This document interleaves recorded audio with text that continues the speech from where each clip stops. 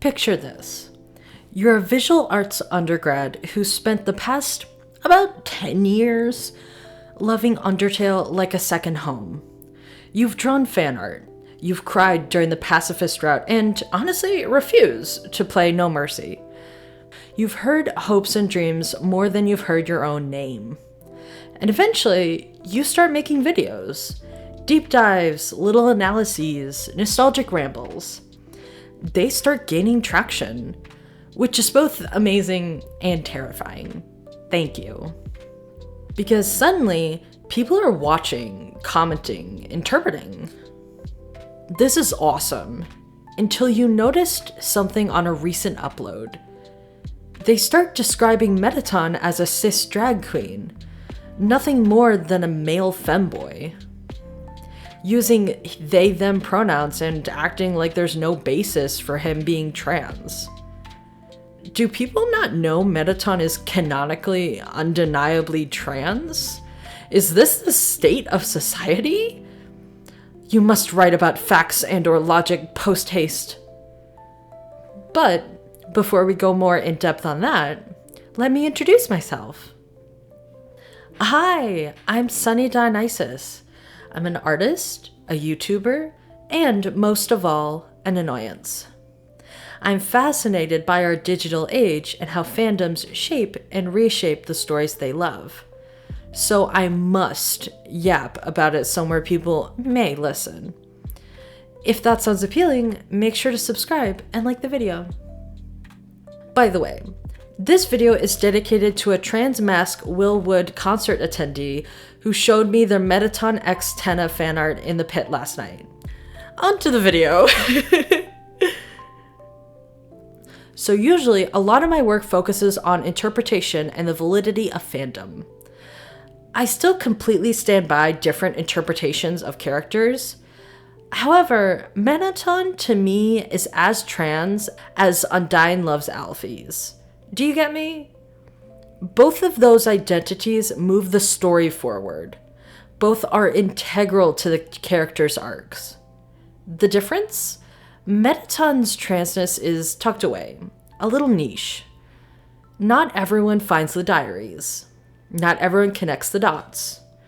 But my galaxy brain transgender fueled state is going to hold you by the hand in this video and connect them. While I would love if cis people listen to trans men when we try to tell them about our experiences through the lens of a trans character, I get it's not going to be a hit every time. So, comment down below if you hate me, I guess. Or if you love me, to be honest. I would like the latter.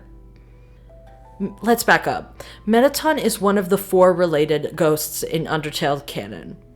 There's Mettaton, Napstablook, the Mad Dummy, and the Ruins Dummy. All of them initially use they-them pronouns. That is, until the Mad Dummy transitions later on in the Switch version, becoming Mad Mew Mew. This video is on Mettaton, but Mad Mew Mew transitions from a male ghost to a female catgirl. I think that's just classic. I really love it. Mettaton goes from a formless ghost to a physical he/him using superstar. That's not just a vibe shift, that's gender transition. With context stated, let's talk about the diary entries. If you were able to afford the mystery key from Caddy and Braddy, you can unlock Mettaton's old home. You can interact with diary entries that explain his backstory and life before becoming the famous superstar.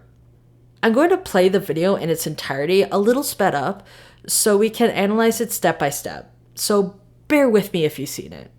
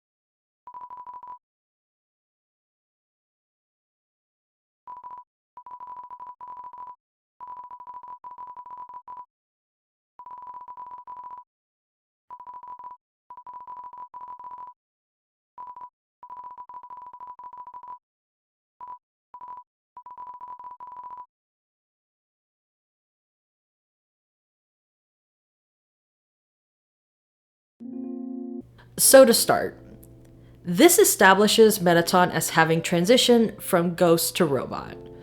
He feels deeply unsettled by his current form and wants to change it. He wants to stay with his cousin, Napstablook, and resigns himself to a life that can never truly be his. While not all trans people have gender dysphoria or want to transition medically, this is deeply relatable for me and many trans men. I'm specifically talking about trans men here. I don't want to overspeak on trans women or trans femme or non-binary people, so that's just a disclaimer. He meets up with Alphys at a human fan club he started, and they start cooking up a body that could make him feel whole. I want to focus on the fantasy form wording here. Mettaton, like many trans men, didn't want to dream. He didn't want to think he could be wonderful and glittery and male because everything in his life told him he was a girl, that it wasn't possible. But Alphys was different. She genuinely cared and provided him hope. This is what just one other understanding queer person's company can do to your self-esteem. And listen, Napstablook is great. They're wonderful. But there's something transformative about having a queer friend who understands your experience, who gets the ache and takes it seriously. Alphys isn't trans to my knowledge, although I would love to headcanon her, that would be awesome. But she gets it. That means so much. Note that it was Alphys that started sketching out the human form, not Mettaton. Alphys gave him direction, a future, a fantasy that could be real. His rectangle era reminds me of that awkward phase of transition when you're almost there but not quite. I love how everyone still adores Mettaton in this clunky form, with Burger Pants even mentioning he tried to make himself more rectangular? Anyways,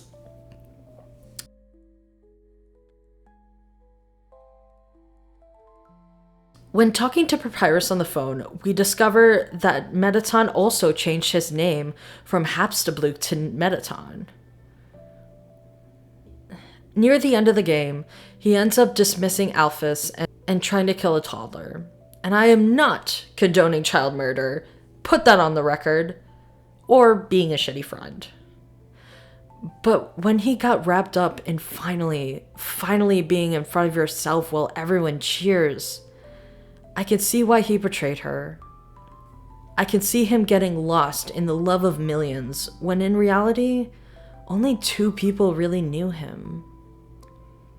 Being glam and attention hungry isn't inherently trans, but it is too relatable to my personal experience. In a form like his, he finally felt like himself. It's incredible. Thanks y'all for the love of my videos. And let me know what you think on this one. I especially would like to hear from my fellow trans men. And also that cutie from the pit. Anyways, bye!